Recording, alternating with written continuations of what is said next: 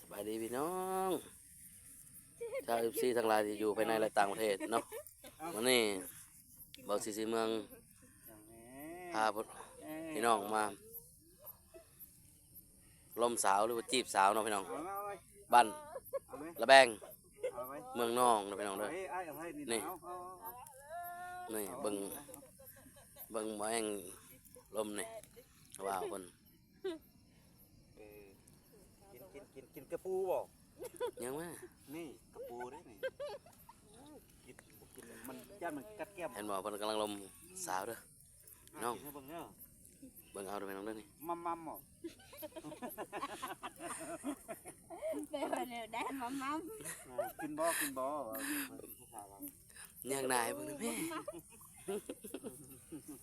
เห็นไหมยังนะแม่อะไรมืดเนี่ยมันบ่เห็นหน้านั่นแล้วมันก็บ่เห็นยังแล้วถ่ายคลิปนี่นะมานี่เดี๋ยวพี่น้องเด้อมีภูมิงามเลยพี่น้องเห็นบ่พี่น้องชาวซีทั้งหลายนี่เบิ่งเด้อสาวยังนี่เจ้าซื้อหยังฮะจิ้วบ่บ้านละแบงเนาะบ้านละแบงเมืองนองเนาะสาวนั่นเด้ซื้อหยังฮะซื้อหยังฮะตะเบิดสาวตะเบิดบ่สาวนี่เด้ซื้อหยังเจ้าน่ะเอ้าซื้อหยังยอดสาวยอดบ่สาวยอดนี่บ่เด้อพี่น้องเด้อนี่มีสาวยอดและสาวหยังก็สาวเบิดแล้วก็สาวหยังก็นี่สาวจิ้วเนาะ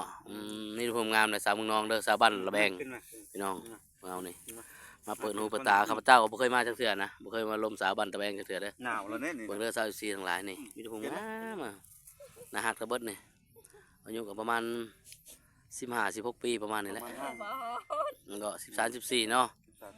กำลังห่าวเนาะนี่ลูกสาวห่าวๆเลยทางสังคมเลยนี่เทียบสาวจีนแข็งแดบล้ำเลยแดบเนาะคันว่าภาษาเวียดก็มีผู้แดบล้ำเนาะแดบล้ำภาษาเวียดอินลูกมันเลยพี่น้องเด้อนี่มันเห็นมันแจ้งมันมีไฟข้าพเจ้าก็บ่ได้เอาขาไม้เซลฟี่มาพี่น้องแมนของแลนว่าเนี่ยลมอยู่กลางทางเลยเด้โอ้โหตัวแลนกับตัวเหี้ยเนาะเด็กมันเป็นแจ้งยังสูงๆนะแม่ไฟน่ะแม่งลมสาวก็ยังสูงๆนะแม่นี่มีอยู่3 สาวนี่ฮึดอันก็แก่กี่แดกไม่ฮึดเขาเอิ้นว่ายาหรือเปล่านี่นางนานี่สาวจิ๋วเด้อแล้วสาวยังนะสาวเบิดบ่อันนี้สาวยังก็ลืมเลยสาวยังก่อนนี่ยังนะไหมบ่เห็นหน้านะสาวยังสาวยอดบ่สาวยอดบ้านใดว่าผมดูเจ้าว่าดูบ้านใด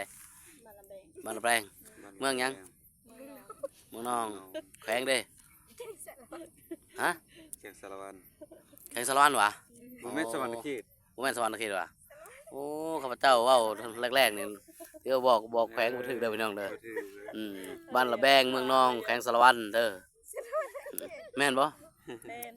ฮะแม่นบ่เอาลง YouTube ข้างในได้เว้าถึกเด้บ่ได้ลง YouTube เลยแล้วสิตัดต่อใหม่นี่แม่นบ่แม่นแขวงสารวันเขตบ่ฮะแม่นบ่เอาลง YouTube ได้แม่นบ่สารวัตรหรือสวรรณเขตสารวัตรเนาะฮะบ่ตรงดูยังเงยนั่งเลย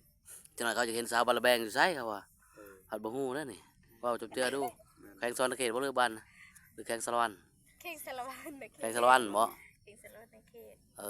แข่งสวรรณเขตแม่นแล้วพี่น้องเนาะที่พระเจ้าแจ้งทั้ง FC ทั้งหลายแต่บ่ปรึกนะก็เดี๋ยวแข่งสารวัตรเขตคือกันกับข้าพเจ้าเด้อพี่น้องเด้อถ้านี่ก็บ่มีหยังหลายข้าพเจ้าก็จบคลิปลงเพียงเท่านี้เด้อพี่น้องเด้อ